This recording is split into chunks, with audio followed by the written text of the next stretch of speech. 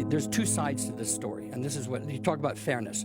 So let's mention, for example, the economic impact that shows, our own statistics, South Africa show, that each immigrant that is having a business here employs at least 3 to 4 people, contributes taxes. Nobody ever talks about that.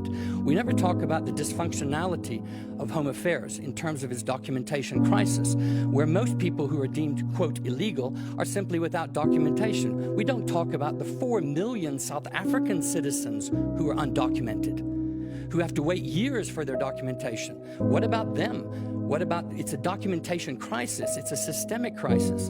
And what we're saying is, we recognize, I wonder why, for example, there was no mention of the Kopanang African Xenophobia March, which happened 2 weeks ago in this very city with hundreds and hundreds of people with exactly the different kind of message. We don't talk about these things.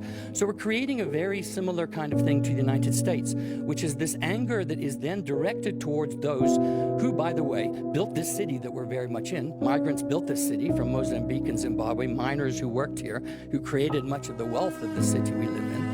And now we're trying to blame them for all of these ills, when in fact, if we start looking at the factual information about joblessness, there's no statistical evidence, there's no evidence that suggests that foreign nationals are taking away many jobs. What we have is we have a macroeconomic policy that basically privileges corporate capital and big investments and doesn't support small-scale township economies. So if, for example, you even kick out all the spaza shop owners tomorrow and say all the foreign nationals are in, and every single South African citizen, would those small-scale businesses survive because of our own policies? No. You ask a South African spaza shop owner, they're facing exactly the same problems. So instead of making this an immigration foreign citizen issue, we should make it a governance issue, a policy issue, and politicians have a lot to answer for, because that's where people are protesting. Water, electricity, education, health, housing. Those can't be blamed on foreign nationals who make up, by the way, less than 4% of our population.